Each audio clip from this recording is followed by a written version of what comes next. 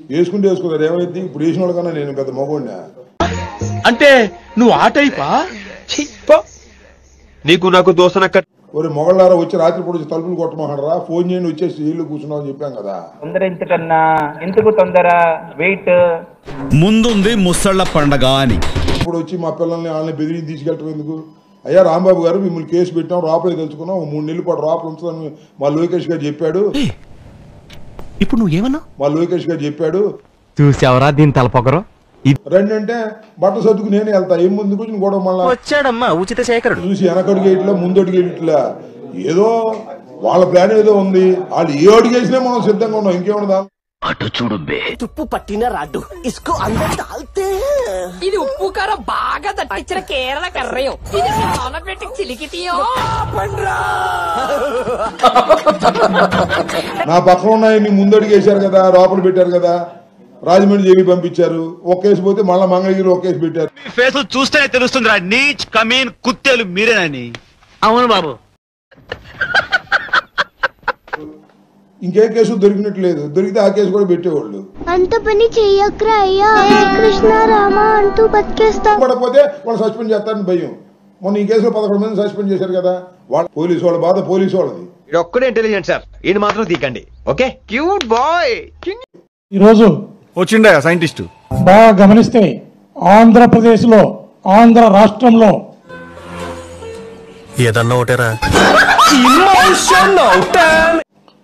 ఎక్కడ కూడా శాంతి లేదు కామాంధుడు ఆడది కనబడితే చాలు బుద్ధి బానించుకో ప్రజలకు భద్రత అంతకంటే లేదు మన ఊర్లో ఆడికంటే పెద్ద యదవ పొరంపోకు ఎవరున్నారు ఎందుకు ఈ మాట అంటున్నానంటే ఎందుకు ఈరోజు రాష్ట్రంలో పోలీస్ వ్యవస్థ నారా చంద్రబాబు నాయుడు గారి బంద హస్తాలలో చిక్కి చెల్లమైపోతా ఉంది. ఇదంతా నీ ట్రైనింగే కదరా నాకు ఆయనకి అసలు సంబంధం ఆయన ఉక్కు పిడికిల్లో పోలీస్ వ్యవస్థ బందీ అయిపోయింది. ఇంకొకసారి నోట్లోంచి ఉమ్ము వచ్చిందంటే చెవులోంచి వెళ్ళిన కర్ర ముక్కులోంచి బయటకు వస్తుంది. పోలీసులు వారికి వారే ఏడీలు వేసుకునే దరిద్రము. సారీ సార్ అతను ఏం చేయలేం ఎందుకు అతను పిచ్చోడు చట్టం పిచ్చోళ్ళని శిక్షించదు. పోలీస్ వ్యవస్థకు దాపరించింది. నువ్వేడపోయావా అడిదో ఒక సెక్షన్ కింద నిన్ను కూడా చేస్తాడా నువ్వు జాగ్రత్త. అందులో భాగంగానే యావత్ భారతదేశంలో ఎక్కడ లేని విధంగా నేషనల్ లెవెల్లో కాదు స్టేట్ లెవెల్ ఒక సీనియర్ ఐపీఎస్ ఆఫీసర్ ని జైలుకు పంపి చెప్పవే నేను వింటాను కదా ఓ చెప్పే నెక్స్ట్ మళ్ళీ ప్రభుత్వం మారితే అది ఒక సాంప్రదాయానికి తెరదీసిన రోజును మనం గుర్తు చేసుకోవాల్సిన. ఏం మాట్లాడుతున్నారా నువ్వు? నీకేమన్నా బుర్రున్నారా? మనం బాగా గమనిస్తే నీ ఫీలింగ్స్ అని చెప్పారని బయట ఉంటాను. మన దేశం ఆయా రాష్ట్ర ప్రభుత్వాలు అందరూ కలిసికట్టుగా ఈ దేశం యొక్క సమగ్రత కోసం బహుమాధికారం కోసం పాకిస్తాన్ మీద యుద్ధం చేస్తా ఉంటే కొంపదీసి నీకు మెదడు వ్యాపి వ్యాధి రావడం లేదు కదా?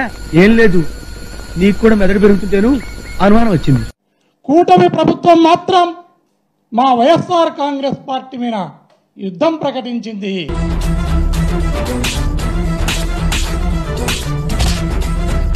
అడవి పంది వచ్చి సేనను మేసిపోతే పెర్ఫార్మెన్స్ ఇస్తే నన్ను పందెట్టావరా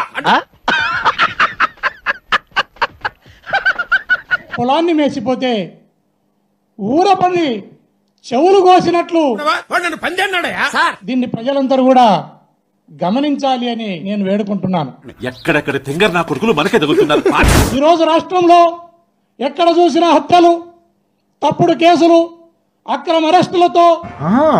అమ్మో 2 ప్లేయర్ కాంట్రా ఇది కానా హుషారున్నది. ఇది ఎప్పుడు ఎలక్షన్ జరిగినా జగన్మోహన్ రెడ్డి గారు ఓడేది ఖాయం, చంద్రబాబు నాయుడు ముఖ్యమంత్రి అయ్యేది ఖాయం. మనోరనుకున్నారు పకోడు వీడు చూద్దాంలే. చూడటం కాదండి మీరు చెయ్యాలంతే. సరే మీరు ట్రై చేస్తారన్నారంటే అది ఓకే అయిపోయిన